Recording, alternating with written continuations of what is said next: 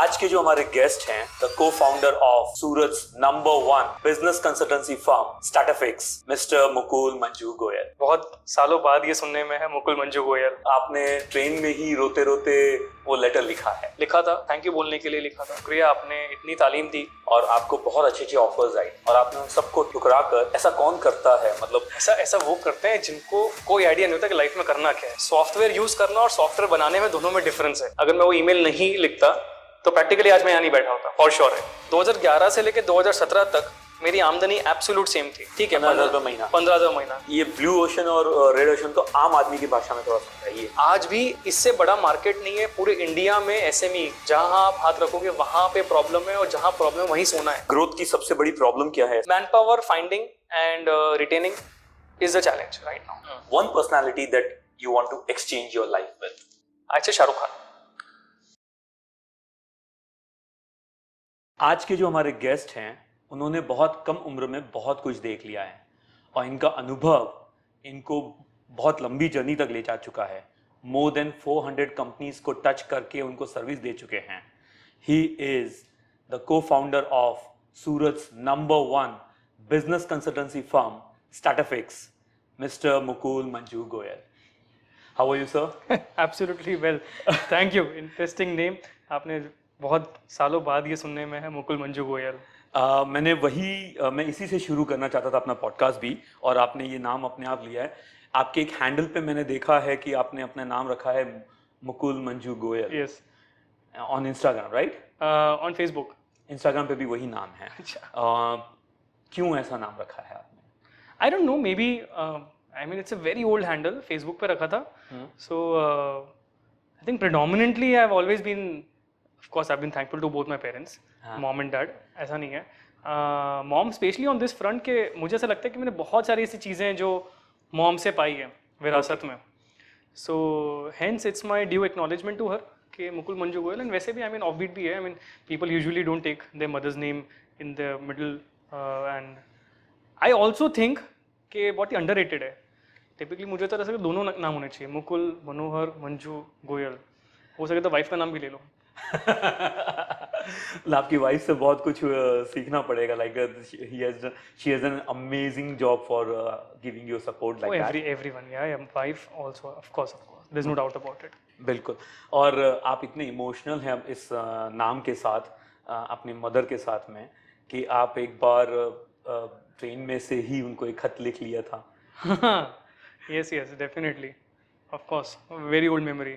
तो वो खत उस समय पे क्यों, मतलब ये कहानी मैं इसलिए लाना चाहता हूँ क्योंकि लोगों को इनिशियली बता दूँ कि ये बिजनेसमैन जो लोगों के बिजनेस को बढ़ाता है वो भी हम ही जैसा है, हम ही के बीच का है, हम ही जैसे हंसता भी है, रोता भी है। ये पूरी कहानी के दौरान, इस पूरे पॉडकास्ट के दौरान मैं उस इंसान को भी बाहर लेके आऊँगा जो आम जैसा है, not the superstar.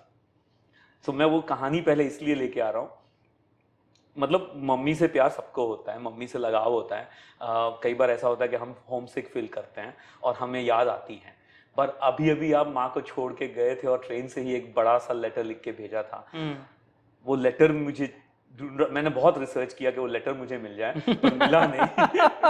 Yes yes, तो जरूर। क्या हुआ था उस मोमेंट पे? आप मुझे बताओ पहले, तो आपकी रिसर्च कितनी मैं समझूं, उसके बाद देन आई मुझे तो ये रिसर्च है कि आप इंजीनियरिंग के दौरान अपने मम्मी पापा से मिलने आए थे और सडनली जाते समय आप इमोशनल हो गए और आपने ट्रेन में ही रोते रोते वो लेटर लिखा है। अब कितनी सच्चाई है इस कहानी में मुझे नहीं पता, पर मेरी रिसर्च ये कहती है। सो ऐसे कॉलेज जाते हैं जैसे मैं गया, एंड मेरे आज तक मॉम डैड कभी मेरे कॉलेज नहीं आए हैं। ओके। मैंने जयपुर से इंजीनियरिंग करी है। 4 साल में मेरे माता पिता ने कभी कॉलेज नहीं देखा, कभी हॉस्टल नहीं देखा, कुछ नहीं। एडमिशन भी आपने लिया? एडमिशन भी मैंने लिया, ठीक है। Okay. यहाँ से जो पेपर फॉर्म हो सकता था वो सब कर लिया। And which means what? It does not mean that they are careless, it means that they are so confident on their kid. Okay. कि यार ये लड़का जा रहा है तो पक्का सही काम कर लेगा। Now this does not mean कि जो पेरेंट्स छोड़ने के लिए जा रहे हैं they do not trust their kid. Of course everyone has their own parameters of trusting, but my parents has been extremely very cool about giving me that freedom. एक तो नेचर से भी by nature I am a rebellion, ठीक है, लेकिन on the point of giving me freedom, utmost freedom, they have always been so much. So I think that was that moment कि जहाँ पे पहली बार घर छोड़ के गया, फिर आया उनसे मिलने के लिए, and the moment when I went back I started realising कि अब क्या होता है, आपके पास जब सब कुछ होता है फिर आप अचानक से घर छोड़ते हो, तब you don't start missing much, but जब वापस घर आके फिर जाते हो ना, देन यू स्टार्ट रियलाइजिंग कि यार there is a difference of thing. So that was the moment when I wrote that letter. I don't know whether it's emotional or not, but yes, हाँ लिखा था, थैंक यू बोलने के लिए लिखा था कि शुक्रिया, आपने इतनी तालीम दी, इतना पढ़ाया लिखाया, आपने इतना सिखाया, that I'm there. ग्रेट. फिर उसी इंजीनियरिंग कॉलेज में मुझे एक रिसर्च मिला है, एंड दैट इज लाइक कि आपको बहुत आफ्टर इंजीनियरिंग कंप्लीट हुई, आपके कैंपस इंटरव्यूज हुए और आपको बहुत अच्छे अच्छे ऑफर्स आई थी, बहुत अच्छे अच्छे पेज आए थे स्टार्टअप के तौर पे या आपकी फर्स्ट सैलरी के तौर पे, और आपने उन सबको ठुकरा कर एक लो पे चेक के साथ में एक कंपनी के अंदर में उसको हाँ बोला था और अच्छी कंपनियों को ना बोला था. ऐसा कौन करता है, मतलब ऐसा ऐसा वो करते हैं जिनको कोई आइडिया नहीं होता कि लाइफ में करना क्या है. तो फिर उन्होंने पैसों को क्यों ठुकराया? सो मैं ये बोलूँगा, इट्स नॉट कि मैंने बहुत सारे ऑफर्स ठुकराए थे, it's because to start with मैं पहली बात तो प्लेसमेंट्स में बैठना ही नहीं चाहता था. क्यों नहीं बैठना चाहता था? इंजीनियरिंग करने के टाइम पे मैं सेकेंड ईयर में समझ गया कि इंजीनियरिंग में क्लियर कर लूँगा, लेकिन I am going to be very lousy engineer. अच्छा, समझ तो तभी आ गई. समझ आ गया था भैया क्या सॉफ्टवेयर यूज़ करना और सॉफ्टवेयर बनाने में दोनों में डिफरेंस है. Right. And but that said, of course, I did my engineering in honors. लेकिन मुझे ये समझ आ गया था that I would like to use the knowledge, the communication skill, the presentation skill, anything which I got should for a better format and not as an IT job. तो hence placement में बैठा नहीं, जितनी companies का offer आया था जिसमें बैठ पाया, वहाँ पे भी मैं बहुत clear था that I do not want to work in an IT company or a software company. And there's this company called Manford, MANFORD. It's a human behavioral science coaching firm. Coaching firm? It's a human behavioral science. मतलब coaching firm है जो human के behaviour के ऊपर science के लेके एक coaching करती है. And this is like a top Fortune 500 companies को एक कोच करती है. So they play with the psychology of the top Absolutely. All the major CXOs in India and outside are coached by this company. Oh wow. And my one of the best friends mom, Priya aunty, God bless her soul, she passed away a couple of years back, but she was that person who pushed me कि organization है, मैं जानती हूँ, तुम्हें इस organization को approach करना चाहिए. And very interesting story, I was rejected by this organization which I didn't know. Okay. And मैंने हमारे ट्रेनिंग एंड प्लेसमेंट ऑफिसर को एक लंबा सारा ईमेल लिखा कि मेरा एक्सपीरियंस कैसा रहा इस ऑर्गेनाइजेशन में इंटरव्यू देने का. Okay. राइट. एंड वो ईमेल उनके पास पहुंच गया, the directors of this organisation. Right. And when they change कि भाई नहीं, हमें इसको हायर तो करना है. So that one email practically has change my entire life. अगर मैं वो ईमेल नहीं लिखता तो प्रैक्टिकली आज मैं यहाँ नहीं बैठा होता, फॉर श्योर है. और उस ईमेल में आपने ऐसा क्या लिखा था? ऐसा तो क्या इंटरव्यू में हो गया कि आपको इतना बड़ा ईमेल लिखना पड़ा? वो इंटरव्यू मेरे लिए मेरा एक विजन बन गया था कि अगर मैं कभी किसी ऑर्गेनाइजेशन को चालू करूंगा तो मैं इस तरीके से चालू करूंगा. मतलब आज प्रैक्टिकली स्टैटिफिक्स उस ऑर्गेनाइजेशन की 100% परछाई है. जैसे उस ऑर्गेनाइजेशन में किसी की भी परमानेंट सिटिंग स्पेस नहीं थी. ओके. और जो हमारे आपके यहाँ ऑफिस पे पे भी नहीं है? किसी की परमानेंट सिटिंग स्पेस नहीं है. उस ऑर्गेनाइजेशन में कोई भी दीवार नहीं थी, सब जगह ग्लासेस थे फॉर द ट्रांसपेरेंसी. स्टैटिफिक्स में 100% ग्लासेस है फॉर द ट्रांसपेरेंसी. उस ऑर्गेनाइजेशन के किसी भी फाउंडर को फाउंडर के कार्ड के अंदर डेजिग्नेशन नहीं थी कि ये बंदा क्या करता है. स्टैटिफिक्स के किसी भी फाउंडर को फाउंडर के विजिटिंग कार्ड पे कोई डेजिग्नेशन आज तक कभी लिखी नहीं गई है कि मैं पार्टनर हूँ, डायरेक्टर हूँ, कौन हूँ. Just a member of it. Just a member of it. आज today itself in the afternoon we were making some corporate video and statistics का, and the script was कि मैं मेरे partners हम लोग लेज़र में आएंगे, हम डिस्कस करेंगे ऐसा, and the remaining people will be there in statistics t-shirt. And I said क्यों भाई, हम क्यों ब्लेजर पहनेंगे और हम क्यों ऐसे बहुत अच्छे फॉर्मल्स पहनेंगे. दे सेड कि सर वो स्क्रिप्ट में लिखा है. I said I do not want to do that. I am very clear about it. हम वो ऑर्गेनाइजेशन है जिसमें हर इंसान अपनी एक भूमिका निभा रहा है, और हर इंसान क्योंकि भूमिका निभा रहा है तो वो कपड़े भी सेम पहनेगा. It's as simple as that. So ये सब मैंने मैनफर्ड की देन है. All of this something which I learn from मैनफर्ड. पर फिर आपने उसको छोड़ा क्यों और आज सूरत आए, टेक्सटाइल में गए उसके बाद? सो मैनफर्ड के काम के बाद, because my elder brother stage in Pune and dad had just retired, तो मॉम डैड दोनों ही बोल रहे थे कि भाई सूरत आ जाओ, छोटा बेटा है तो सूरत आ जाओ, यहीं पे कुछ देख लेना. एंड आई ऑल्सो रियलाइज कि यार ठीक है, there's no problem. I always wanted to go into advertising. मतलब मुझे ये समझ आ गया कि मुझे एडवर्टाइजिंग में जाना है. हालांकि अभी भी वो नहीं कर रहा हूँ मैं, बट वो ट्राई कर रहा था, नहीं हुआ. 40-50 कंपनी में अप्लाई किया, सब जगह से रिजेक्शन आए थे कि भाई तुम्हारे पास वो नहीं है. एग्जीक्यूटिव मीडिया प्लानिंग करके मैं अप्लाई करता था, and most of the companies rejected. ऐसी कितनी सारी सूरत की कंपनी जिन्होंने मुझे रिजेक्ट किया था उस टाइम पे, राइट, नाम नहीं बताऊंगा. बट या फिर मॉम डैड ने बोला आ जाओ, तो मैंने ठीक है आ जाते हैं. सो केम बैक टू सूरत, और फिर hence that's the time which we have grown together. नहीं, उसके बाद आपने टेक्सटाइल्स किए, टेक्सटाइल्स के अंदर में आपने 2 से 3 साल निकाला. That was a failure again, I heard, और माय रिसर्च सेज अभी कि आपने उस 3 साल के अंदर में बहुत स्ट्रगल देखा, मेहनत देखी, because it was not your genre. Struggle देखी, टफनेस देखा, टफनेस देखा, फेलियर बिल्कुल नहीं देखा. सर्टनली हमने बुक्स को पॉजिटिवली क्लोज किया.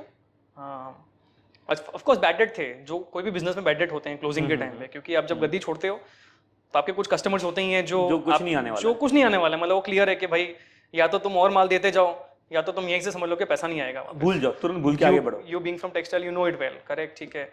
तो लेकिन 3 साल कपड़े का धंधा बहुत अच्छा किया बॉस. जी के हरिओम मार्केट ग्राउंड फ्लोर, ठीक है. 150 स्क्वायर फीट की दुकान थी, शर्टिंग बेचते थे, रेमंड कॉटन, ठीक है, राइट. याकूब से ग्रे लेते थे, ठीक है, भिवंडी, एंड 32 रुपए मीटर पे माल बेचते थे. L100. आई एम एब्सोल्युटली, उसमें 98 ही आता था. 98 नहीं, वो तो ठीक है, दैट्स अनदर प्रॉब्लम. बट काम बहुत अच्छे किया है. Learned a lot. I think today one very very major part of my success I would owe to textiles. Textiles ने मुझे सेल्स सिखाई, माल कैसे बेचना है. माल कैसे बेचना है. टेक्सटाइल ने ये सिखाया कि माल कैसे बेचना है. I still remember one person whom I met, and I asked him कि भैया ग्रे इतना महंगा चल रहा है और मार्केट इतना हो रहा है, आप कैसे बेच पा रहे हो, क्योंकि कॉस्टिंग नहीं बैठती है. एंड ही टोल्ड मी कि मुकुल, मुझे कॉस्टिंग से कोई फ़र्क नहीं पड़ता है. मैं सबसे महंगा ग्रे खरीदता हूँ, मैं सबसे महंगे डाइंग प्रोसेसिंग में बेचता हूँ, ठीक है, और मैं मार्केट से सबसे ज़्यादा चार्ज करता हूँ, क्योंकि मैं इन चीज़ों से फ्री होना चाहता हूँ कि मैं ग्रे का पैसा कहाँ बचा लूँ, मैं कौन सी डाइंग के अंदर 50 पैसा बचा लूँ ताकि मेरी कॉस्टिंग कम हो जाए.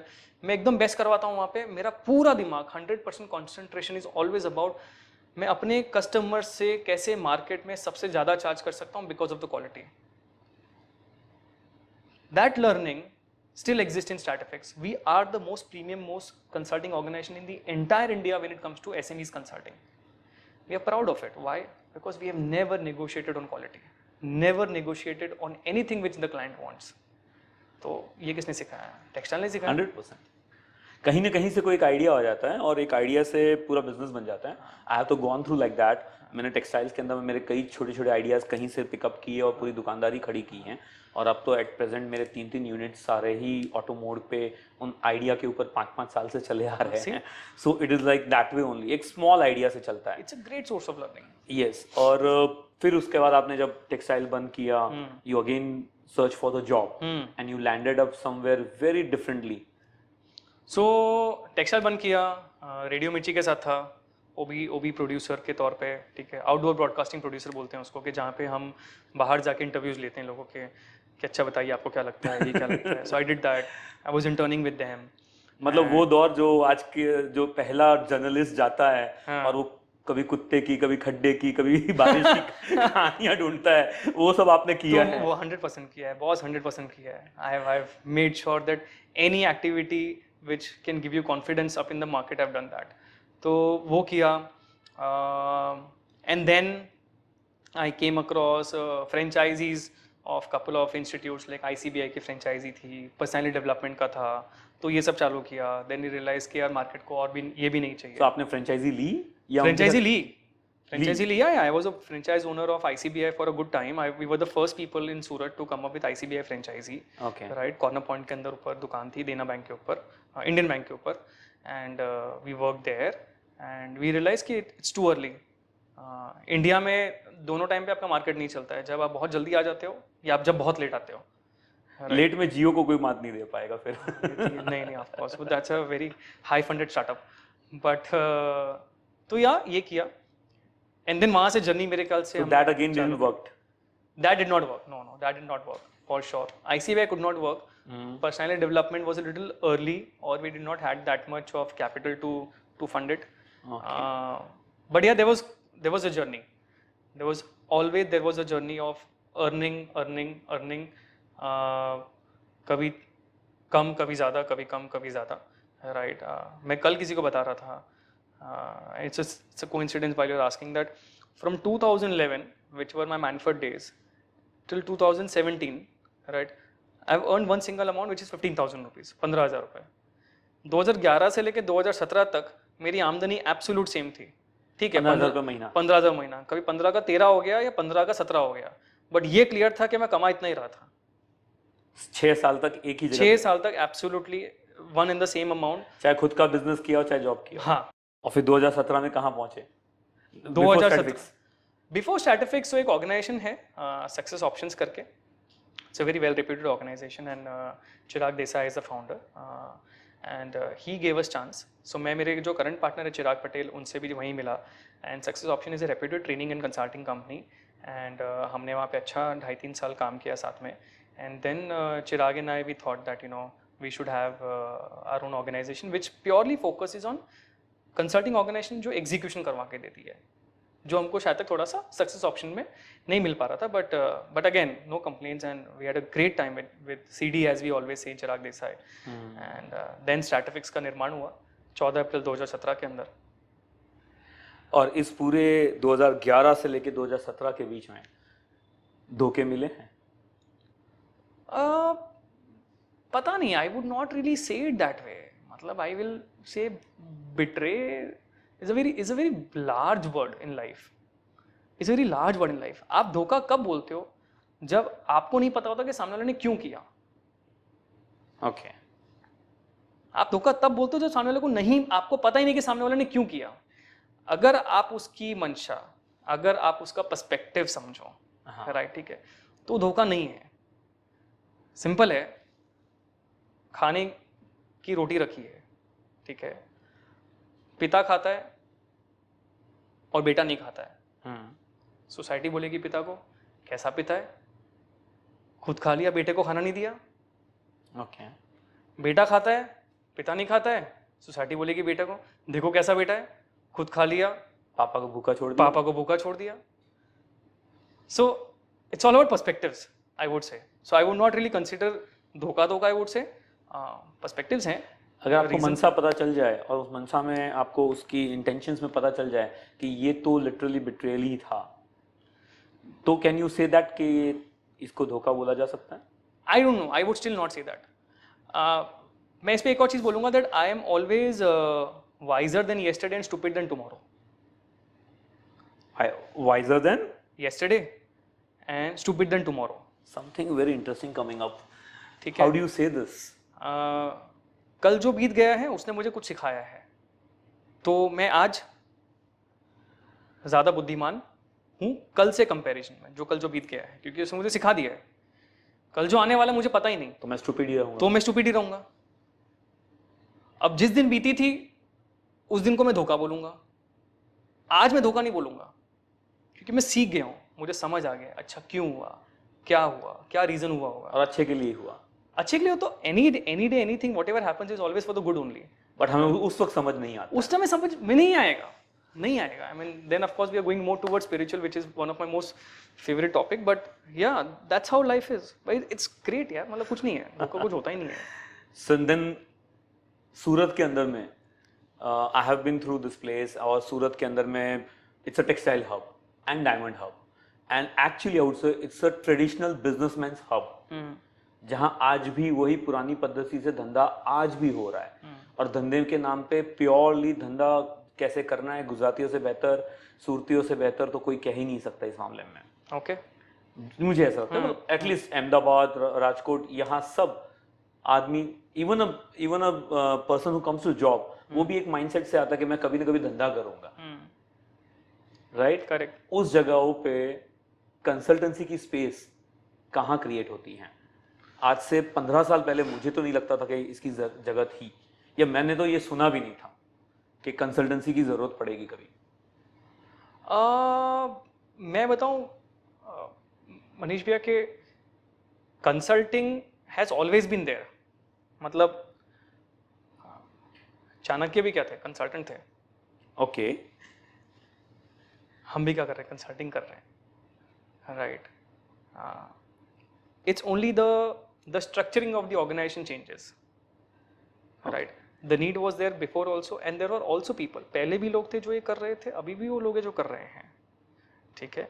इट्स जस्ट कि उसका स्ट्रक्चर चेंज हो गया है, देखने का नज़रिया चेंज हो गया है। इसमें कोई डाउट नहीं है कि लोगों की एक्सेप्टेंस पहले नहीं थी जो बड़ी है अभी, बट इवॉल्व हो रहा है, इवॉल्व हो रहा है। And I would also say कि स्टैटिफिक्स सही जगह पे, सही टाइम पे, सही तरीके से लॉन्च हुआ, जिसको मार्केट को ज़रूरत तो थी लेकिन मार्केट को पता नहीं था, right? And I often quote this, that if only Henry Ford asked people, what do you want? And people would have said faster horses. No one would have said they want cars. Perfect, Correct. ठीक है। So कई बार आप customer की requirement के basis पे business नहीं बना सकते हो। आपको खुद को आंखें चाहिए होती है, आपको लगता है कि हाँ ये रिक्वायरमेंट है आज की तारीख में, अपने को अवेयरनेस क्रिएट करके लोगों को समझाना पड़ेगा। तो वो स्टैटिफिक्स ने किया, कर रहा है, बहुत लंबी जर्नी है। Surat has been amazingly well accepting the entire this point. Textile को रिलेटेड मैं एक दो सवाल पूछ लेता हूँ आपसे, Please. क्योंकि आप एज अ कंसल्टेंट उसे देखते हैं, बट टेक्सटाइल इंडस्ट्री अपने आप में बहुत अनऑर्गेनाइज्ड है, बहुत ही ज़्यादा अनऑर्गेनाइज्ड है। उसका एंट्री लेवल बहुत इजी है, exit is very hard, because उधारी इतनी लंबी होती हैं, आती नहीं हैं, तो निकलते निकलते लोगों को 2-4 साल निकल जाता है। और अंदर घुसना है, इधर से उधार लिया, इधर से बेचा, and you started the business. Correct. इस अनऑर्गेनाइज कॉन्सेप्ट के अंदर में जहाँ रोज़ चीज़ें बदल रही हैं, कुछ लोगों ने कॉर्पोरेट करने की कोशिश की है, बट बहुत ज़्यादा लोग सक्सेसफुल नहीं हो पाए। एंड वहाँ पे कंसल्टेंसी या स्टैटिफिक्स जैसे फर्म का या मुकुल गोयल का क्या रोल रहता है एट प्रेजेंट, कि ताकि ये ऑर्गेनाइज हो सके या ये इंडस्ट्री एक्सेल कर सके? सो एक तो टेक्सटाइल एज एन इंडस्ट्री को मैं ये नहीं बोलूँगा कि ये इंडस्ट्री अनस्ट्रक्चर्ड है। मैं ये बोलूँगा कि इस इकोसिस्टम में आप जैसे जैसे क्रॉस करते हो वैसे वैसे स्ट्रक्चरिंग कम होती जाती है। एग्जाम्पल, यान से वीविंग, वीविंग से डाइंग प्रोसेसिंग से वैल्यू एडिशन से आपका ट्रेडिंग से रिटेलिंग। इस पूरे इकोसिस्टम में अगर आप यान से लेकर रिटेलिंग तक जाओगे तो स्ट्रक्चर्डनेस कम होती जाएगी। ऑफ कोर्स, यान बड़े लोगों के पास में है, स्ट्रक्चर्ड है, हाई कैपेक्स, हाई इन्वॉल्वमेंट, ठीक है ना, ह्यूज इंडस्ट्री। फिर वहाँ से वीविंग थोड़ी छोटी इंडस्ट्री हो जाती है कंपैरिजन टू कैपेक्स, ठीक है, राइट?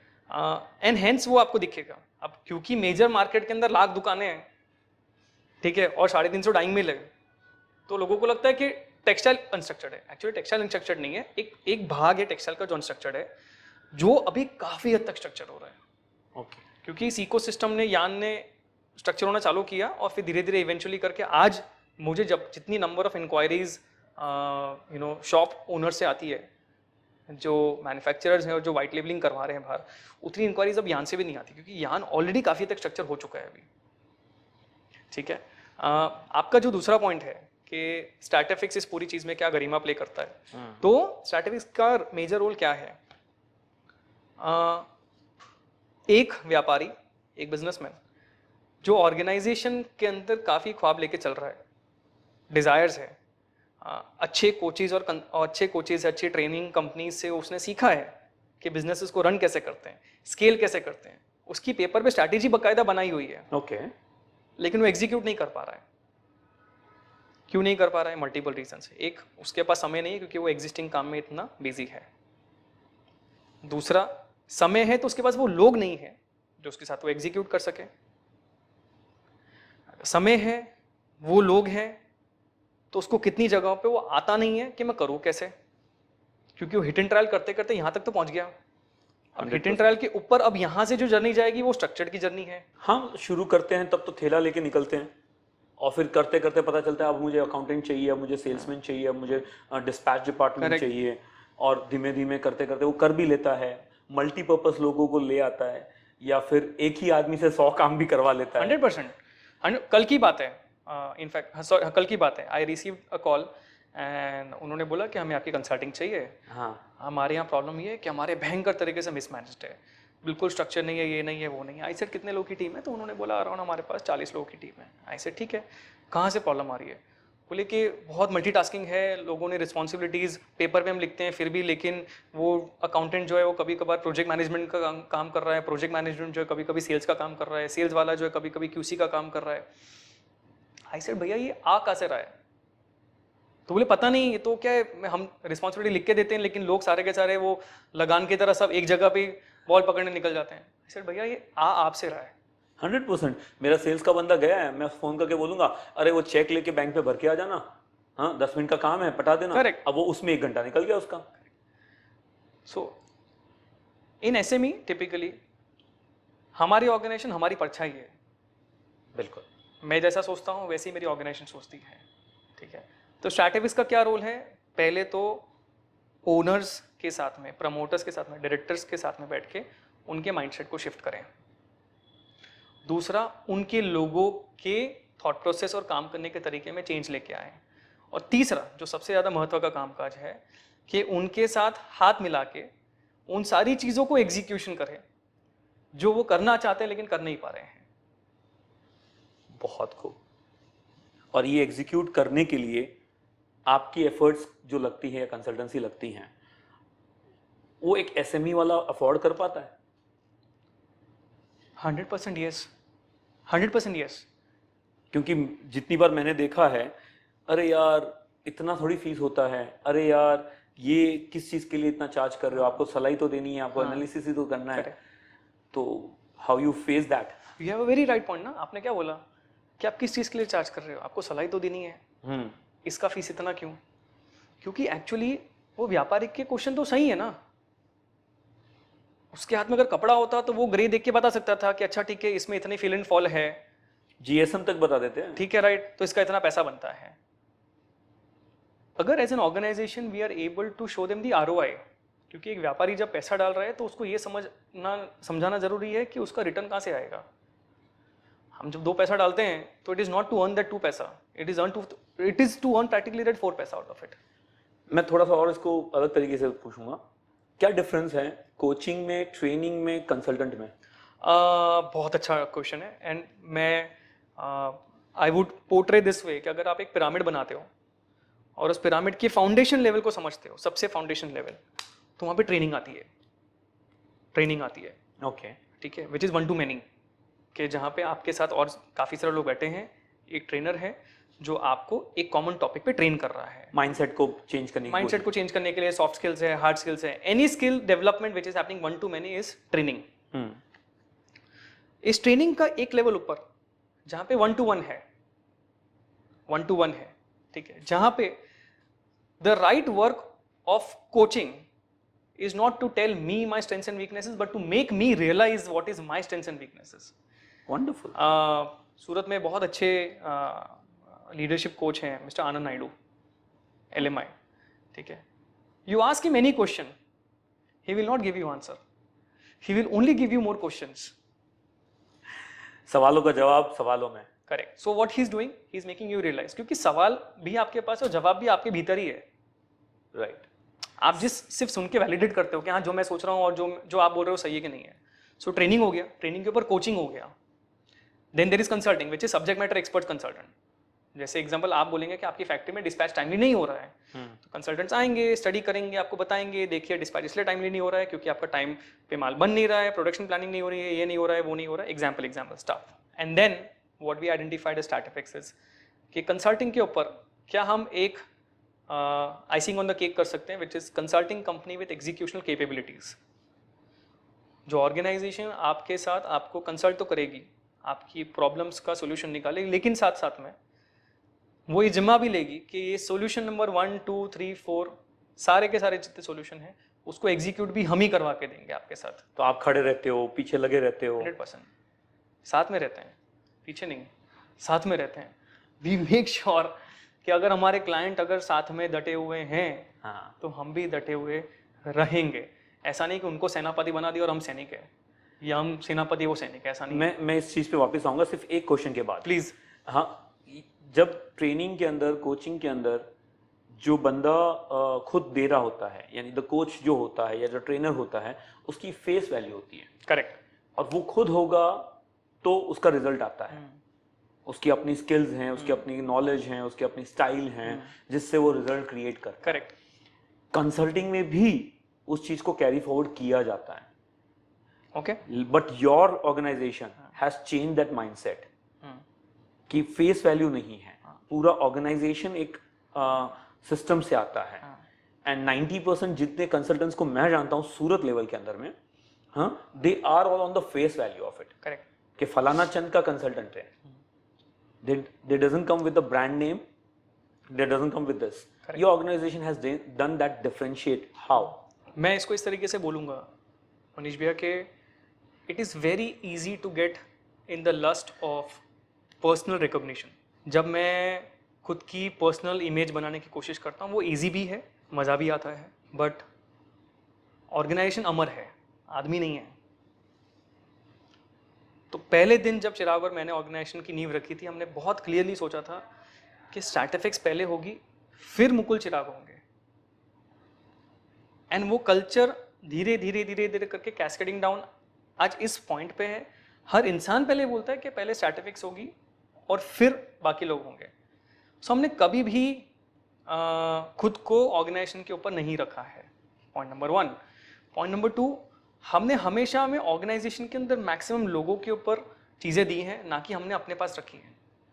तो आज अगर जैसे मैं आपसे बात कर रहा हूँ, ठीक है, एटलीस्ट मेरी खुद की टीम में, मतलब स्टार्टअफिक्स में भी मेरी खुद की बिजनेस डेवलपमेंट टीम के अंदर 14 लोग हैं, 14 लोग हैं। वो 14 लोग आज की तारीख में इस समय पे अलग अलग एंटरप्रेन्योर से मिल रहे हैं और उनको समझा रहे हैं, राइट, कि स्टार्टअपिक्स क्या है, क्यों है, किस लिए है, राइट, क्यों जरूरत है मुकुल गोयल की, क्यों जरूरत है चिराग पटेल की।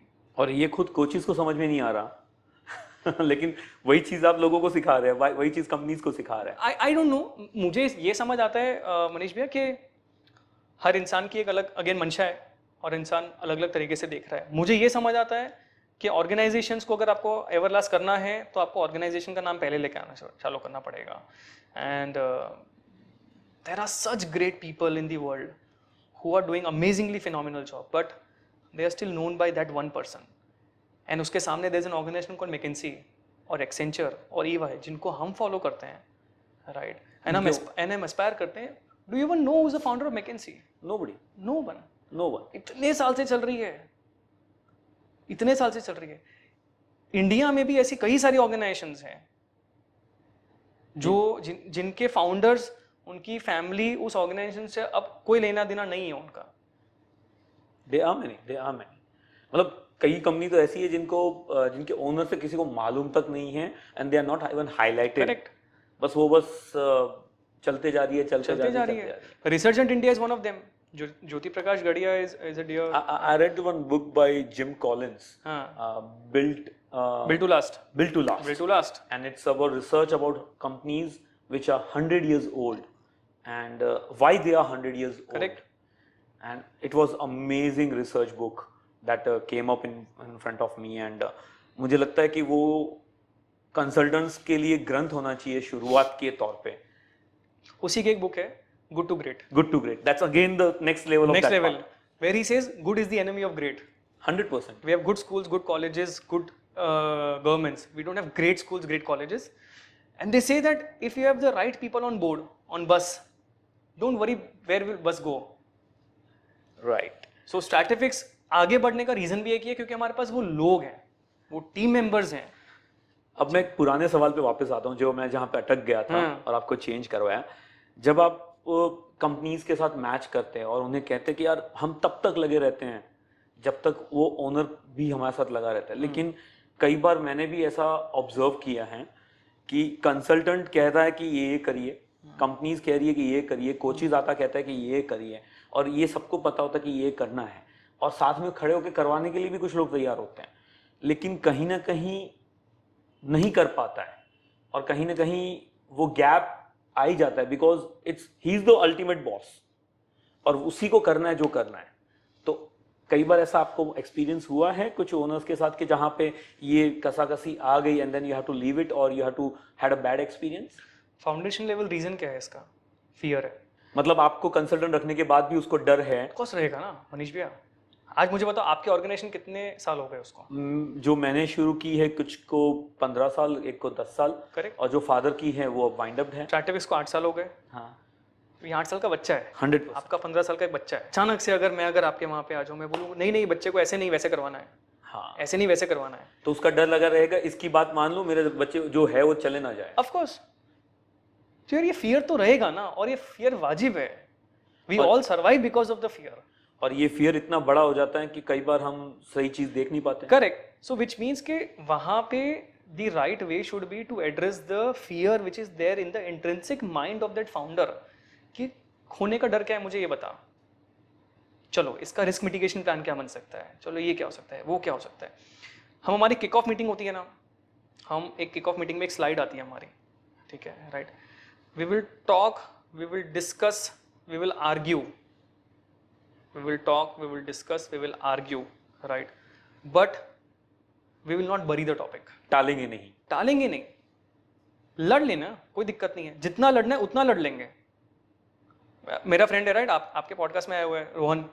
Yes. Right. So Rohan has this favourite line, दिल से बोल रहा है, डेटा से बोल रहा है। ठीक है, right. Most of the time हम दिल से बोलते हैं, डेटा से नहीं बोलते हैं। Now the moment you make the other person realize, दिल से बोला कि डेटा से बोल रहा है, right? He or she will start introspecting कि यार actually मैं डेटा से नहीं बोल रहा हूँ, मैं दिल से बोल रहा हूँ। So why not just sit and talk? Sit and talk. Let's make things on table, bring everything on table. उसका ऑपरेशन करना हो करो, जो करना हो करो। एक रिसर्च में आया कि AI is going to replace the consultants, coaches, trainings. How do you take them? As a competition or as a tool? Absolutely impossible. AI will not replace anyone. AI will only upgrade people. Technology is for upgradation, it is not for killing people. कोई भी तरह की technology हो। If you're not upgrading, then you're getting killed. वो तो है ही ना, of course ना, 100%। नोकिया 3310 जो अपने हाथ में था 2005 में, 2003 में, राइट, ठीक है। आज भी मिले तो मैं खेलना चाहूंगा। But do you want to use that in your daily purpose? No, no. You don't want to, because it's not an upgraded phone. Of course. You still want to use the iPhone 16, 17 or 2021, Anything. whichever has come. Yes. Right? So, any technology, AI, anything, it is meant to make the humans more smarter, reduce your mundane routine of time, invest your time in better activity and delegate that to AI. So, what's next coming up? ये AI से हम पता कर सकते हैं, लेकिन अपने आप को अगर अपडेट नहीं करते हैं तो फिर but obviously you'll be outdated. Any single day. Why have you selected SMEs first? ज़्यादातर लोग यही सोचते हैं कि यार मुझे इस कॉर्पोरेट में चांस मिल जाए तो लाइफ बन जाए, या ये ब्रांड मेरे साथ जुड़ जाए तो I will the pick shot counted in that. But आपने छोटे व्यापारियों को पहले शुरू किया और अभी भी आप यही एम्फेसाइज करते हैं कि मैं SMEs के लिए काम करूँगा। Why? So इस क्वेश्चन के दो सब क्वेश्चंस हैं। एक तो क्यों सूरत, ओके, राइट, और दूसरा क्यों SMEs। क्यों Surat is a very simple answer, ये कर्मभूमि है हमारी। 100% and one of the largest growing in city in the world. Accolades and awards everything aside, ये कर्मभूमि है हमारी। इस शहर ने हमको सब कुछ दिया, इस शहर ने मुझे स्कूलिंग दिया, कॉलेज दिया, फ्रेंड्स दिया, फैमिली दिया, अच्छा व्यापार दिया, अच्छे लोग दिए। सो फर्स्ट ये शहर डिजर्व करता है बेस्ट चीज़ को मिलने के लिए, दैट्स वेरी क्लियर। सो पूरी ज़िंदगी मेरा ग्रैटिट्यूड रहेगा सूरत को।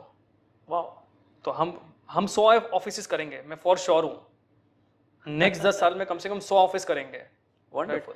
HQ तो सूरत ही रहेगा, ये कंफर्म है। दूसरा आपका क्वेश्चन था वाई SMEs।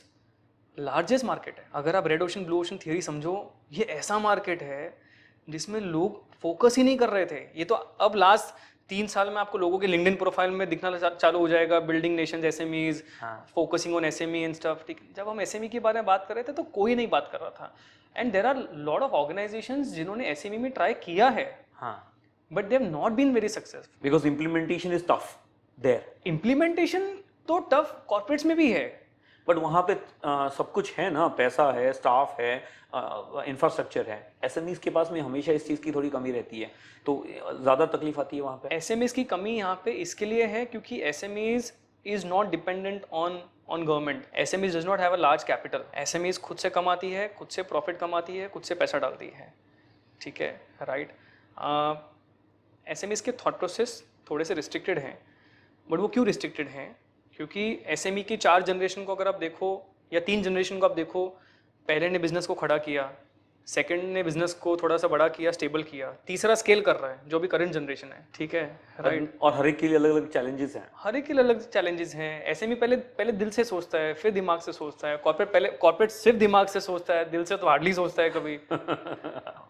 स्पेस ही नहीं है वहाँ पे। स्पेस ही नहीं है। We have worked with corporates in past, happily worked, but we could understand very well कि हर इंसान कॉर्पोरेट में काम करना चाहता है, हर इंसान स्टार्टअप को डिलीवर करना चाहता है। कोई ऐसा नहीं है जो एसएमई को डिलीवर करना चाहता है। इतना बड़ा ओशन मार्केट है। ये ब्लू ओशन और रेड ओशन को आम आदमी की भाषा में थोड़ा समझाइए।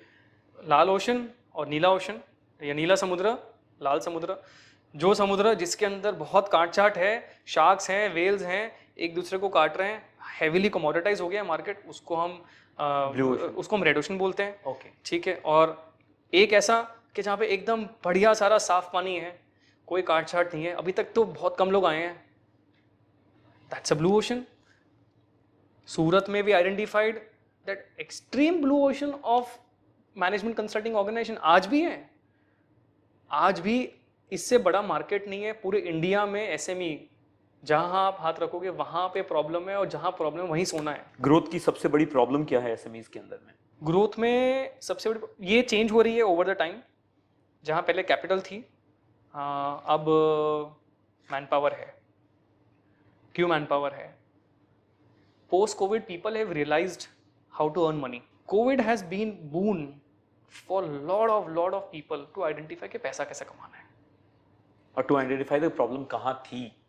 हम मतलब कईयों के प्रॉब्लम बिजनेस डिस्टर्ब हुए हैं, तो उन्हें इंटरनल पता चला कि मेरी ये सिस्टम्स अब लंबे नहीं चलेंगे। करेक्ट। तो अब आप देखोगे कि इतने सारे फ्रीलांसर्स अचानक से लास्ट 3 साल में इन्फ्लो हुआ है, जबरदस्त तरीके से influx of freelancers at every age. 21 साल का लड़का भी कॉलेज से निकल के फ्रीलांसिंग कर रहा है, और 45 साल का आदमी भी जो कॉर्पोरेट में काम कर रहा है वो भी साइड गिग कर रहा है फ्रीलांसिंग की। ठीक है, तो क्या हो रहा है? टैलेंट पूल एसएमई के लिए चैलेंज बनता जा रहा है। हर इंसान जब व्यापार करने जा रहा है तो ऑफकोर्स एक कंपनी को जहाँ टीम ऑफ मेंबर्स चाहिए वो तो मिलना डिफिकल्ट होंगे। So that's a problem. I am not saying there is no solution, there is 100% lot of solutions to it. We are implementing, we are very happy with it, right. लेकिन man power finding and retaining is the challenge right now SMEs के लिए सबसे बड़ा। SMEs के लिए जब इन SMEs के पास में जो एक डेवलप्ड होता है, जो कोई 10 साल पुराना, कोई 25 साल पुराना, कोई 3 जनरेशन पुराना एसएमई चले आ रहा है, वहाँ पे एज अ कोच कोई जाता है, या कोई ट्रेनर जाता है, या कोई कंसल्टेंट जाता है, तो उसे भी लोग एक टीचर, गुरु के तौर पे देखते हैं, या लीडर की तरीके से देखते हैं। तो एक लीडर जा रहा है, वहाँ जाके अपनी बात कह रहा है, अपने डाटा एनालिसिस करने के बाद या प्रॉब्लम सुनने के बाद प्रॉब्लम सॉल्यूशंस लेके आता है, और सामने जो सुनने वाला है वो भी अपने आप में एक लीडर है। And it always happen that fight is between leader versus leader. Correct. When you go and collaborate with them. Correct. उस समय पे क्या जनरेशन वाली जो आती हैं कि बेटा चाहता है कि इस तरह से काम करे, बाप चाहता है कि इस तरह से काम करे, उनके आपस के लीडर फाइट चल रही है, वहाँ पे बीच में आप एज अ लीडर घुसेंगे, तो ये कैसे मैनेज होगा? Tell me, who's the most expensive employee of your organization by designation? Me myself. Correct. ये समझ आप में है कि सबसे ज़्यादा आपकी ऑर्गेनाइजेशन के मोस्ट एक्सपेंसिव एम्प्लॉय आप हैं। 100%. विच मीन्स कि जो भी आप डिसीजन लेंगे, जो भी आप कार्य करेंगे, वो किसके हेतु में करेंगे? ऑर्गेनाइजेशन के हेतु में करेंगे। whatever is for the best of the organization you will do, not in the best interest of Manish Mehta. But समस्या तो ये हो जाती है कि मैं और मेरा धंधा एक हो गया हूँ, नहीं, ये दो अलग अलग है। पर लोग इस तरह से लोग इस देखते तरीके हैं। से सोचते हैं, राइट? लोगों को लगता है कि हर कंपनी प्रोप्राइटरी कंपनी होती है, बट ऐसा नहीं होता है कि जब आप प्राइवेट लिमिटेड बनाते हो, मतलब it's not structure, I am giving an example, कि आप जब इस तरीके से सोचना चालू करते हो कि मैं और मेरी कंपनी दो अलग अलग हैं, वहीं से ग्रोथ चालू होती है। जब फैमिली बिजनेसेस होते हैं, जब मल्टीपल जनरेशन्स आ रही हैं, उसमें पहले तो ये समझाना पड़ता है कि इस पूरी चीज़ के कार्यकर्ता हम हैं, लेकिन ये किसके लिए कार्य हो रहा है? उस एंटिटी के लिए जिस एंटिटी ने हमें खड़ा किया है। आज मैं स्ट्रैटेफिक्स की टी शर्ट क्यों पहन के घूमता हूँ? क्योंकि स्ट्रैटेफिक्स मुकुल गोयल से बड़ा है। ये है तो मैं हूँ तो ये हूँ, ऐसा नहीं है। पर कई लोग ऐसा सोचें कि धंधा तो मैं कर रहा हूँ, तो मैं ही सब इसे खड़ा किया, मैंने ही कमाया, मैंने ही पैसा डाला, मैंने ही खरीदा बेचा, सब कुछ मैंने किया है। स्टाफ तो उन्हें ड्यूटी दी गई है, वो पगार लेके जा रहा है। तो धंधा एंटिटी, बिजनेस इटसेल्फ और मैं नेचर वाइज भी और थॉट वाइज भी एक हो जाता है। इस एक को डिफरेंशिएट करेंगे कैसे ये लोग? So as I said, one, to make them understand that you and your business is two different things. Second, वापस बच्चे वाली बात है, जो फर्स्ट जनरेशन है दादाजी एंड पापा एंड बेटा, तीनों का ये बच्चा है, लेकिन एक का बच्चा 31 साल का है, एक का बच्चा 12 साल का है, एक का बच्चा अभी 2 साल का है। तीनों को अपने अपने बच्चों से अलग अलग तरीके से लगाव है, और तीनों अलग अलग तरीके से ही डेवलप करते हैं, ग्रो करते हैं। क्योंकि तीनों के टाइम पे चैलेंजेस ही अलग थी, right? So if there can be a common platform where all these 3 different generations of people get this on common page, कि हम किसके लिए बात कर रहे हैं? इस संस्था के लिए बात कर रहे हैं। इस बीच में मैंने आपके इंटरव्यू सुने और वहां आपने एक जगह पे कहा है डिजिटलाइजिंग द एसएमईज। इसको थोड़ा सा ब्रीफ में समझाएं कि ट्रेडिशनल बिजनेसेस को डिजिटलाइज करने में ईआरपी को इंस्टॉल करना है, सोशल मीडिया को लाइन अप करना है, सॉफ्टवेयर्स को इम्प्लीमेंट करना है, इवन आजकल तो कैश को भी कहने लग गए हैं कि भाई आप अपना छोटे से छोटा खर्चा भी डिजिटलाइज तरीके से करिए। वहां पे इम्प्लीमेंटेशन के क्या इश्यूज आते हैं specially for SMEs? Because it is 2 ways, जहां तक मेरी अंडरस्टैंडिंग है। Sorry to interrupt you. एक, it's an expensive one if we go for the better software, and second, it's an tedious and hard to implement between the old people that's already there in the organization. So you've identified the challenge. You've said by yourself, आपने जो बोला कि एक तो software ढूंढना TDS है, हाँ, ढूंढ लिया तो उसको इम्प्लीमेंट कराना टीडीएस है, क्योंकि एक तो वो लोग नहीं मिलते और जो एग्जिस्टिंग लोग हैं मान नहीं रहे। यही चैलेंजेस हैं। हाँ, ठीक है। अब इसमें तो आरओआई वाला पॉइंट आता नहीं है। ठीक है। डिजिटलाइजेशन एसएमईज के अंदर क्यों इंपॉर्टेंट है? Because now time is more expensive than money. 100%। Correct.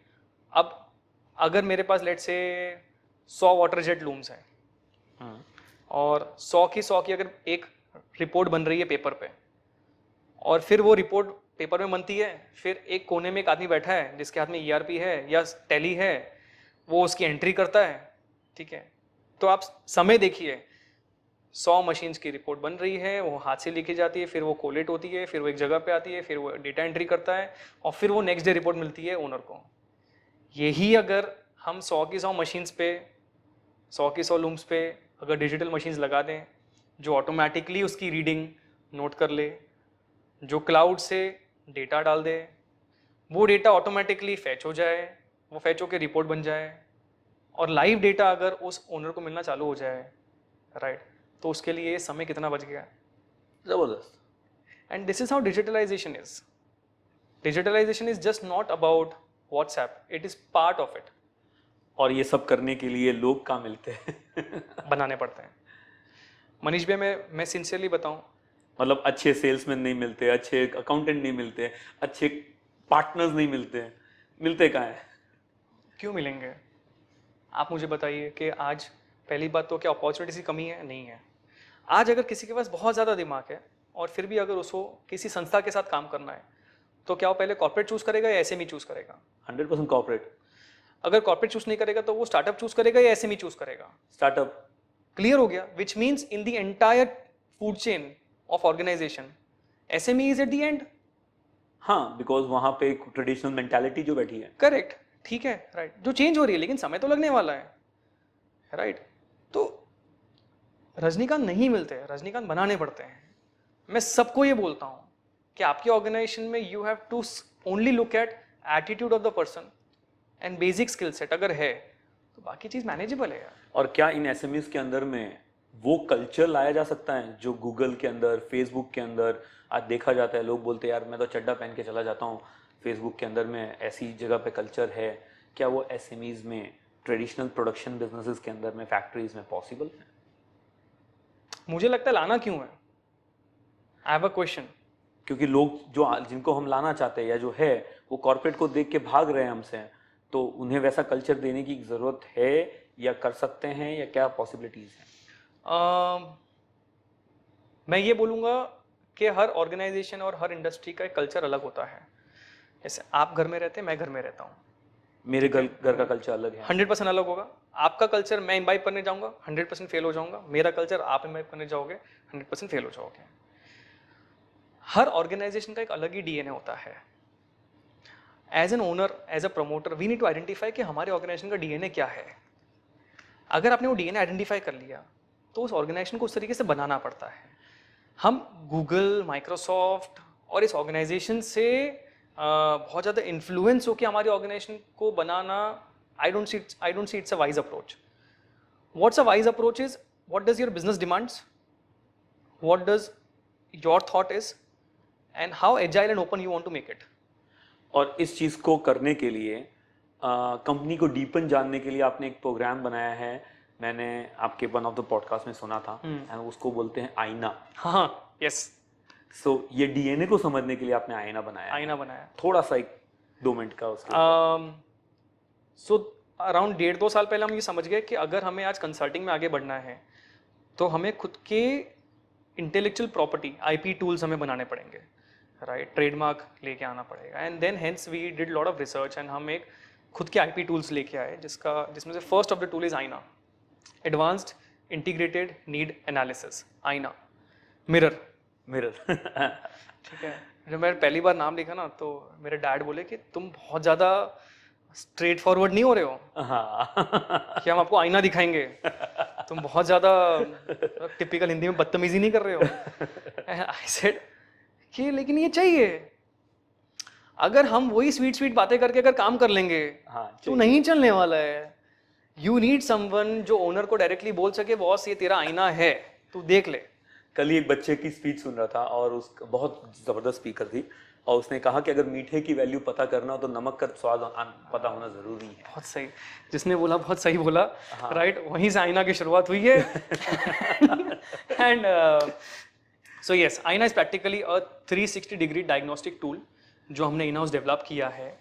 हम क्लाइंट के, हमारे टीम मेंबर्स जाते हैं वहाँ पे, ठीक है, डेटास को ग्रैब करते हैं, उनके इंपॉर्टेंट लोगों से मिलते हैं, एंड हम सारी चीज़ों का रूट कॉज समझते हैं कि जो हो रहा है वो क्यों हो रहा है।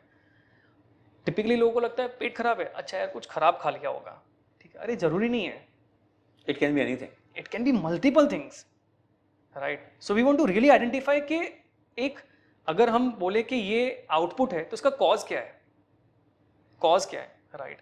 तो आईना इज दैट 360 डिग्री। हमने लास्ट ईयर अराउंड 350 आईना किए हैं, 350 आईनाज we have done, and this year we have a goal of doing 900 आईनाज। हम ये एक अलग से प्रोडक्ट है, सिर्फ आईना कराना? ये 100% अलग प्रोडक्ट है। मुझे सिर्फ इतना कराना हो तो मैं आपके पास आ सकता हूँ कि मेरे ऑर्गेनाइजेशन का आईना करवाना? 100%। हमने ये बनाया ही इसके लिए है कि खाली इतना करना है मुझे। क्यों, मैं बताता हूँ मनीष भैया। आपको लग रहा है कि कंसल्टिंग चाहिए, क्यों आपको लगता है? क्योंकि या तो आपके किसी दोस्त ने बोल दिया मनीष कंसल्टिंग ले ले, ठीक है, या आपको किसी एम्प्लॉय ने बोल दिया, या आपको लग रहा है कि कंसल्टिंग लेना है, ठीक है।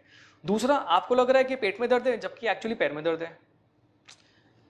कितनी बार मेजरली एसएमई ओनर को पता ही नहीं होता कि जो वो कर रहा है क्यों कर रहा है, उसका क्या रिजल्ट है, क्या सोल्यूशन है, क्यों हो रहा है। Aaina is 100% standalone programme where we want to do everything निष्पक्ष भाव से।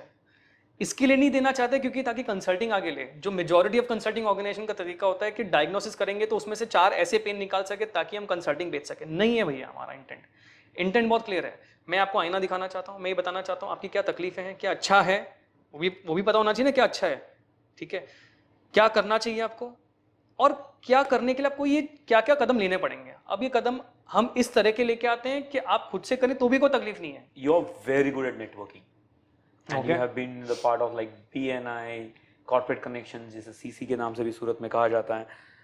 क्यों जरूरी है इवन छोटे व्यापारी को भी इसमें हिस्सा बनना?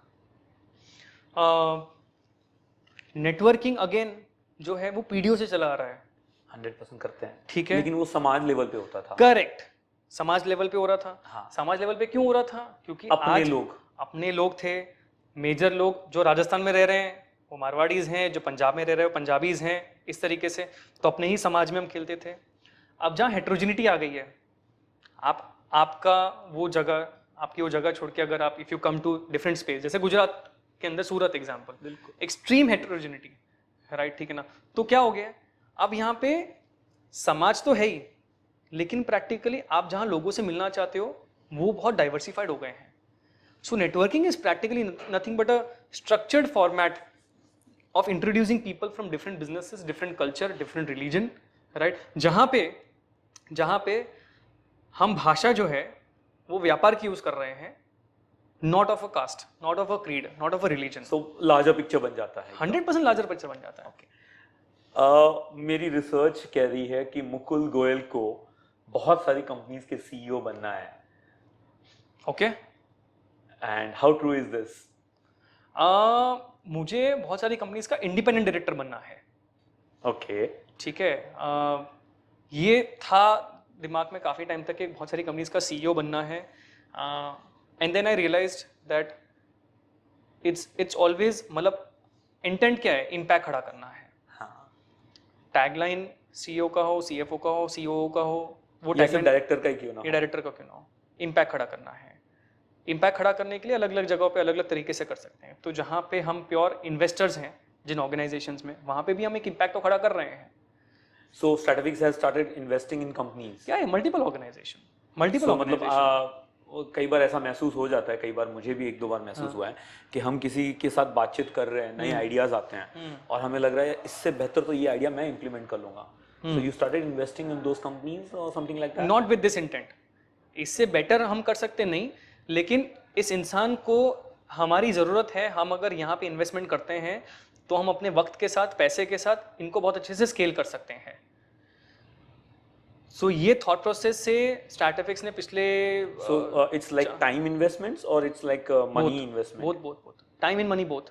So you have become many companies के साथ में आप डायरेक्ट बोर्ड ऑफ डायरेक्टर्स में आ गए हैं और उनको आप कंसल्टिंग भी दे रहे हैं, इम्प्लीमेंटेशन भी करवा रहे हैं एंड ग्रो भी करवा रहे हैं। करेक्ट। सो स्टार्टअपिक्स के पास आज की तारीख में डायरेक्ट क्लाइंट्स हैं जिनमें हम प्योर कंसल्टिंग कर रहे हैं। देयर आर क्लाइंट्स जिनके यहाँ हम ट्रांसफॉर्मेशन कर रहे हैं। कंसल्टिंग मतलब क्या, ये तकलीफ है इसको सुझाव देना और उसको सॉल्व करना थ्रू इम्प्लीमेंटेशन। ट्रांसफॉर्मेशन मतलब जहाँ हम 3 साल 4 साल से काम कर रहे हैं। तो जो 10 रुपए का था आज 1000 रुपए पे पहुंचा दिया गया। करेक्ट। फिर उसके बाद स्टार्टअपिक्स के बाद ऐसे कुछ लोग हैं जिन ऑर्गेनाइजेशन में स्टार्टअपिक्स ने इक्विटी ली है, लग रहा है कि ये करेगा, क्योंकि पता है कि यहाँ पे अगर हम स्किन इन द गेम नहीं लेंगे तो उसको हम डेवलप नहीं कर पाएंगे, तो वहाँ पे इक्विटी ली है। फिर जो मेरी अब नई जर्नी चालू हो रही है apart from consulting, that is being an independent director, ठीक है, जहाँ पे अगेन इंटेंट क्या है, इम्पैक्ट लाने का। मेजॉरिटी ऑफ द आईडीज जो होते हैं वो कंप्लायंसेज, फाइनेंशियल कंप्लायंसेज, उस पर काम करते हैं। मैं as an ID independent director, ठीक है ना, इंटेंट ये है मैं strategy, operations, manufacturing, HR, the organizations hire you or put you on the board with ID, correct, right, as an ID. और उसमें आपको लाइक सैलरी बेस या इक्विटी बेस पे इन्वॉल्व करते हैं। मल्टीपल वेज हैं, but typically that's how the role of ID is. Independent director is practically like a watchdog between the government and the company. Typically listed organisations लेती हैं। I am already an ID of a company called Kenex जो fire extinguisher services देती है। आपका next dream with स्टार्टअपिक्स? 2028 में company को list करना है, IPO करेंगे।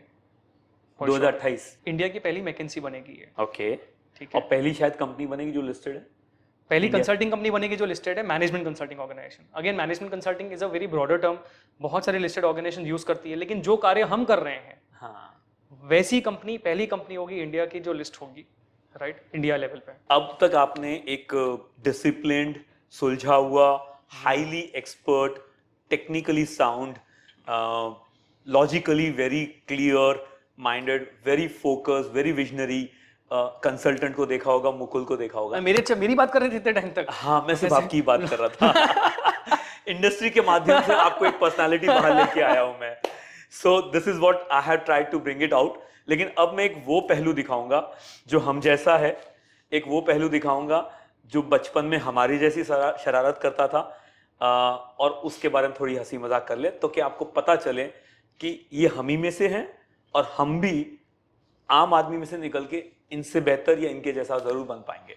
सो बचपन में आप बहुत शरारती थे, हमने तो बहुत सारी शरारतें रिसर्च से निकाली हैं, ऐसी ऐसी जगहों से निकल आए हैं जो शायद आपने भी नहीं सोची होगी। तो कहाँ से शुरू करूँ, आप बताइए। हाँ, पूछ सकते हैं, वाकया बोल सकते हैं, मैं शायद तक उसको एलॉबरेट कर सकता हूँ। ओके, तो पहले बचपन के एक छोटे से किस्से से चलता हूँ। एक कहानी सुनाता हूँ।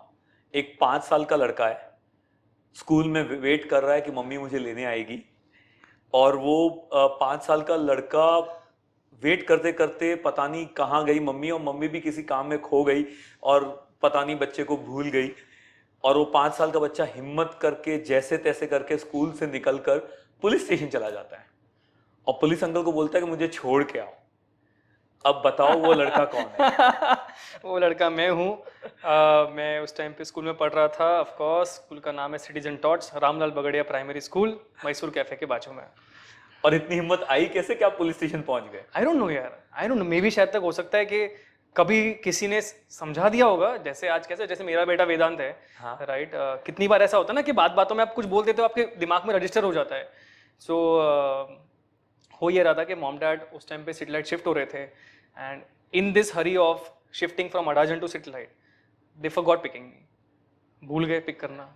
अब हम तो मतलब, और स्कूल चौपाटी पे है तो प्रैक्टिकली वहाँ से जो आपका जो पुलिस चौकी है वो हार्डली पास में ही है, पेट्रोल पंप के पास में है, राइट। सो तो मैं चले गया, थोड़ी देर वेट किया, नहीं हुआ, चले गया। मैं जाके बोला कि मुझे घर छोड़ो, और उन्होंने छोड़ दिया। और आपका एड्रेस पता था? उन्होंने बोला कि कहाँ रहते पता है, मतलब कि जगह नहीं पता है, and I am telling verbatim this is what exactly I said address नहीं पता है, रास्ता पता है, राइट। नाउ अगेन, रास्ता क्यों पता है? क्योंकि इतनी बार आ चुके हो मॉम वो शिफ्टिंग के लिए लेके आई हुई है कि कहीं ना कहीं वो रास्ता याद हो गया है, लेफ्ट राइट कर कर आके, राइट। तो आई सेड कि रास्ता पता है।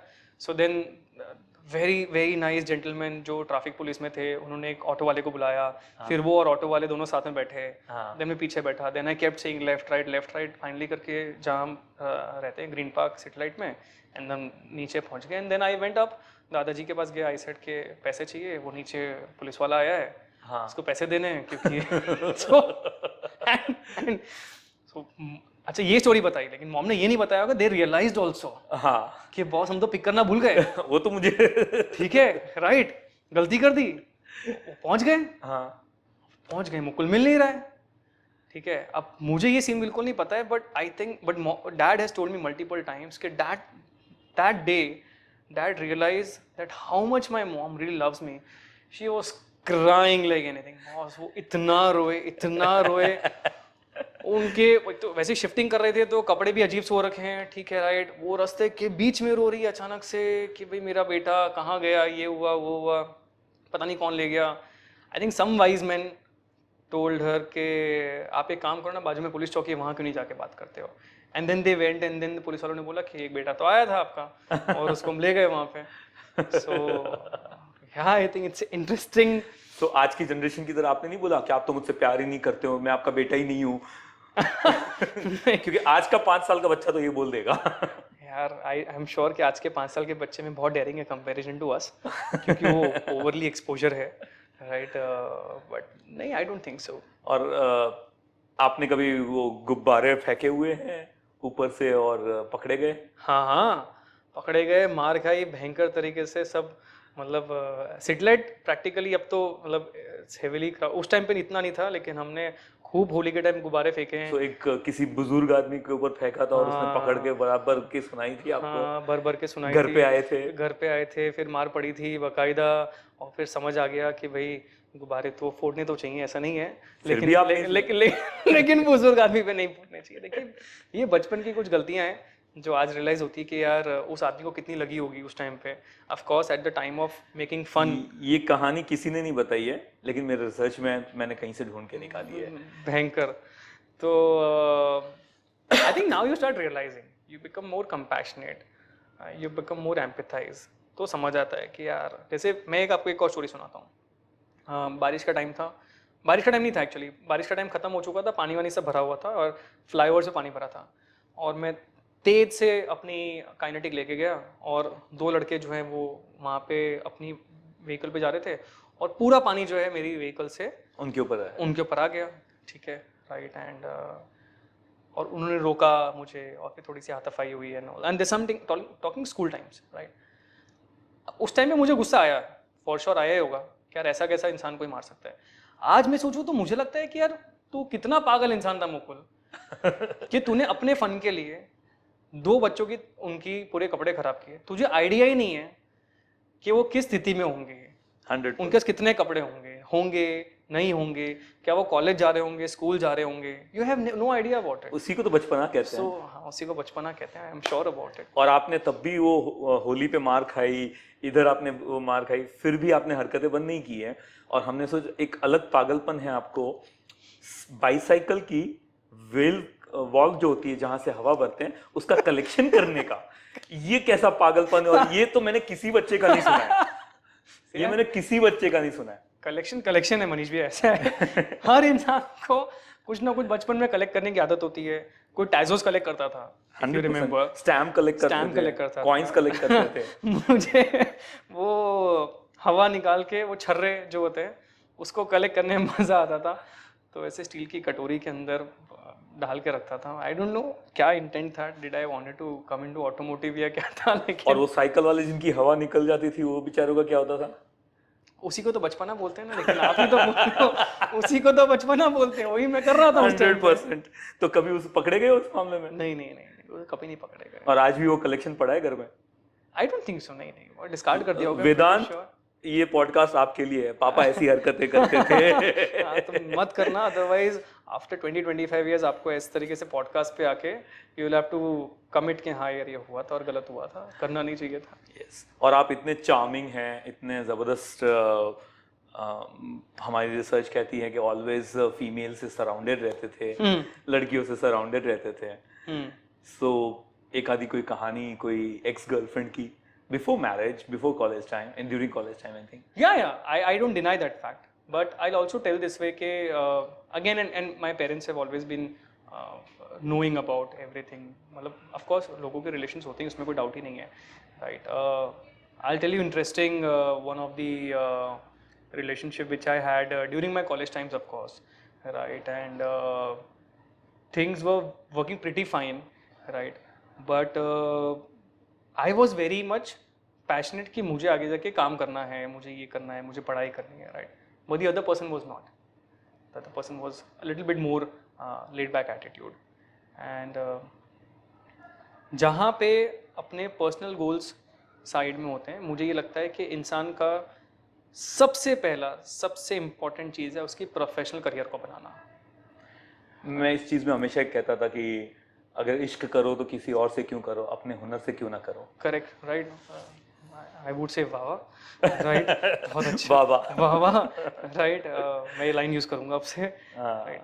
सो आई बिलीव कि it's all about identifying that what exactly do you want, and it should also match with the other person also. Just because my dreams are big does not mean the other person dreams are smaller. और इसी वजह से वो relation लंबा नहीं चला।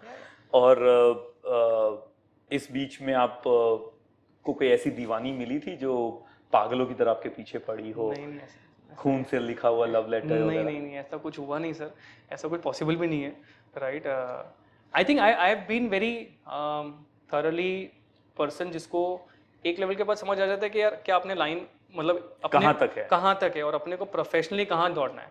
आज भी मेरा एक ही इंटेंट है, मतलब सोता जागता सपने एक ही चीज़ है, विच इज़ प्रैक्टिकली प्रोफेशन, कर क्या काम करना है। उस समय पे इम्प्रेस करने के लिए आपने गिटार सीखा था? गिटार सीखा था, गिटार से पैसे कमाए थे। अच्छा। हाँ, I used to go to people's home at 12 o'clock and wish them happy birthday and used to charge 1,000 rupees. अरे वाह, विद गिटार विद गिटार, मतलब बॉयफ्रेंड्स हम मुझे हायर करते थे गर्लफ्रेंड्स के घर पे जाने के लिए, गर्लफ्रेंड्स हायर करती थी बॉयफ्रेंड के घर पे जाने के लिए, प्रपोज करने के कि हिसाब भाई से। कि भाई नहीं प्रपोज अपोज सब हो गया, सब कुछ हो गया, भैया इनका बर्थडे आपको जाना है, 1000 रुपये मिलेगा, आपको गिटार बजाना है, 15 मिनट गिटार बजाओगे 1000 रुपये मिलेगा। मतलब यार इससे बढ़िया लाइफ क्या है।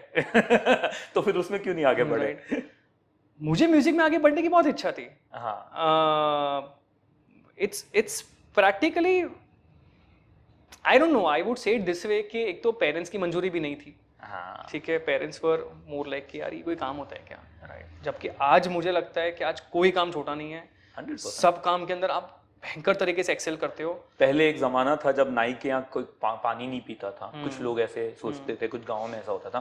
आज की तारीख में तो नाइयों के फ्रेंचाइजीज हैं, करोड़ों कमा रहे, टैटू वाला करोड़ों कमा Correct. रहे, एक नेल पेंट वाले आजकल एक बिजनेस, मतलब every job is a great job right now, Yes. Right, but it was not looked at the very same way, and though I wanted to get into music extremely I think थोड़ा नहीं allowed था।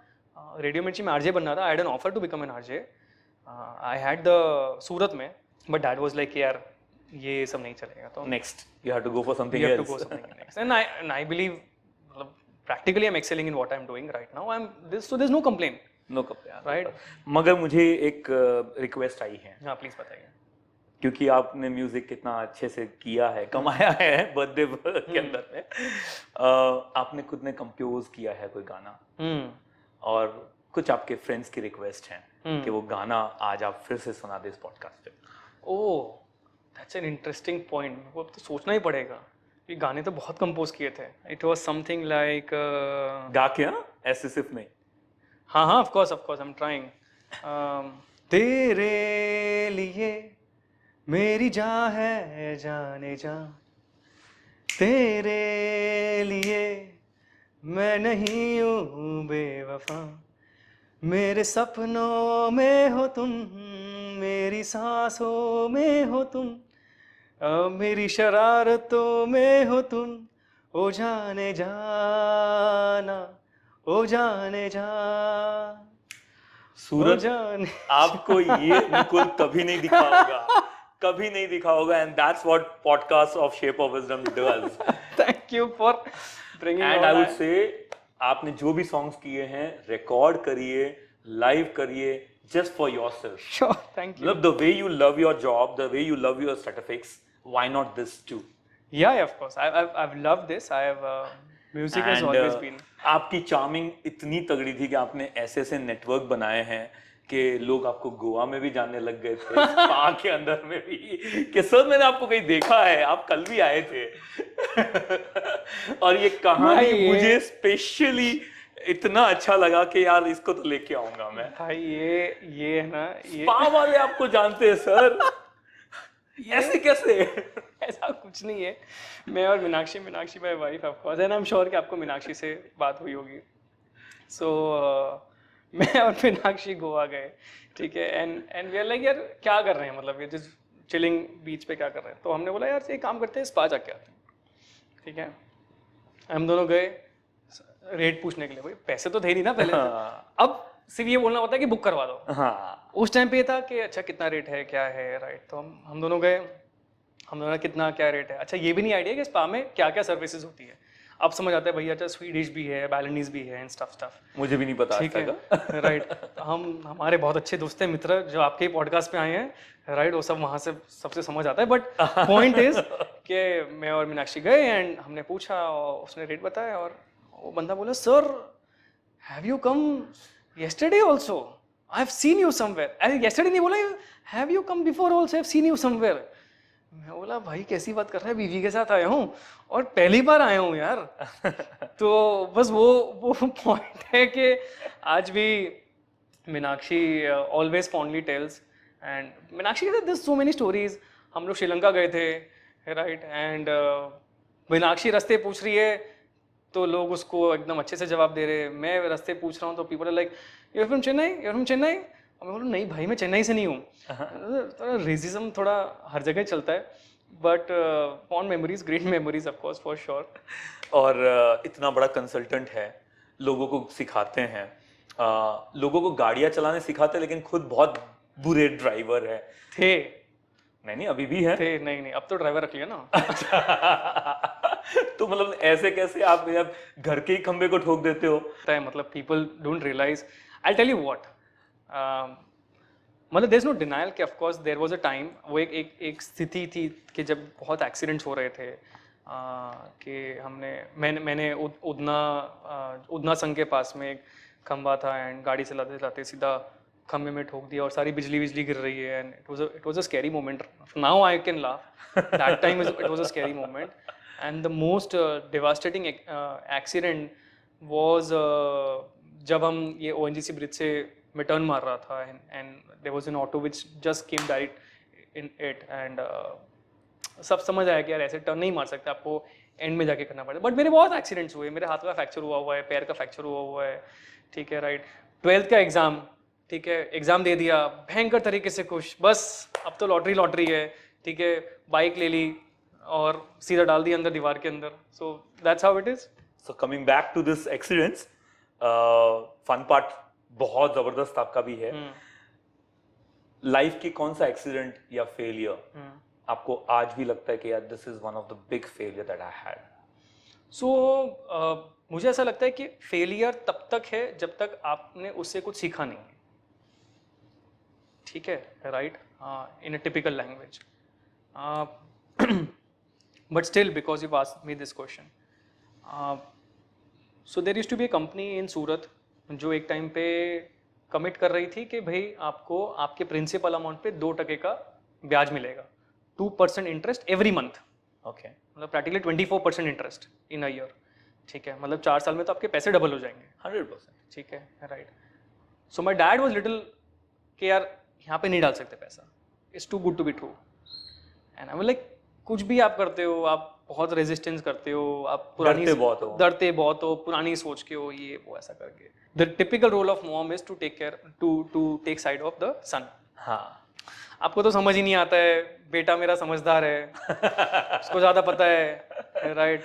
आपने सोचो वो flat लेके क्या कर दिया आपने, वहाँ इन्वेस्टमेंट करके क्या कर दिया आपने, right. So because of my share pressure, right, dad gave around 5 lakh rupees. Mom sold her jewelry,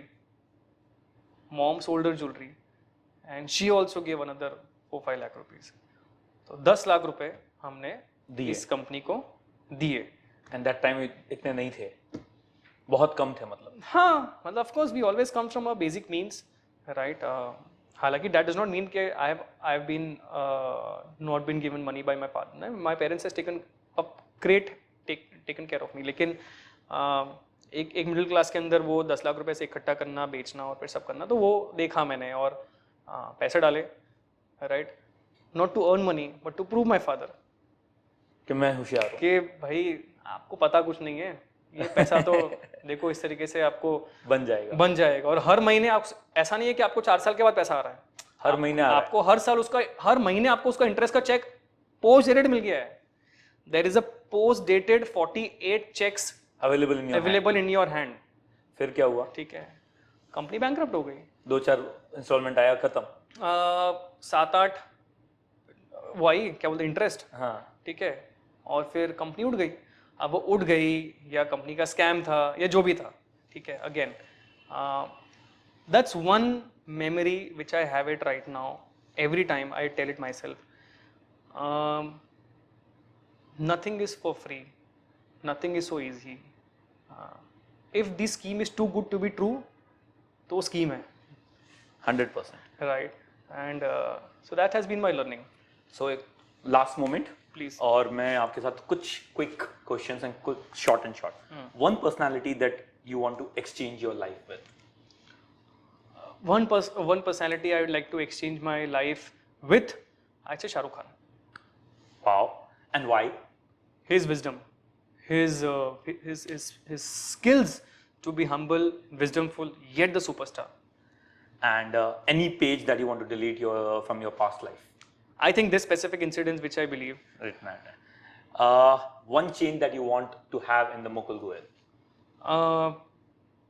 To be more calmer, to be more understanding, to have less pressure on people. how you avoid distraction? To attaching reward to the work which I'm doing, so that I'm very sure कि अब ये करूँगा तो इसका reward मिलेगा. Okay. If today you receive a cover which has a letter और उसके अंदर में आपकी डेथ डेट यानी मरने की तारीख लिखी हो, will you open it? Yeah, 100%. And why? I'll be very happy to know. Okay, fair enough. This is the date exactly. And timeline मिल गया. मतलब ये वैसी वाली बात है कि टारगेट मिल गया. टारगेट मिल गया तो बहुत सारा काम करना है. Still professional. Okay.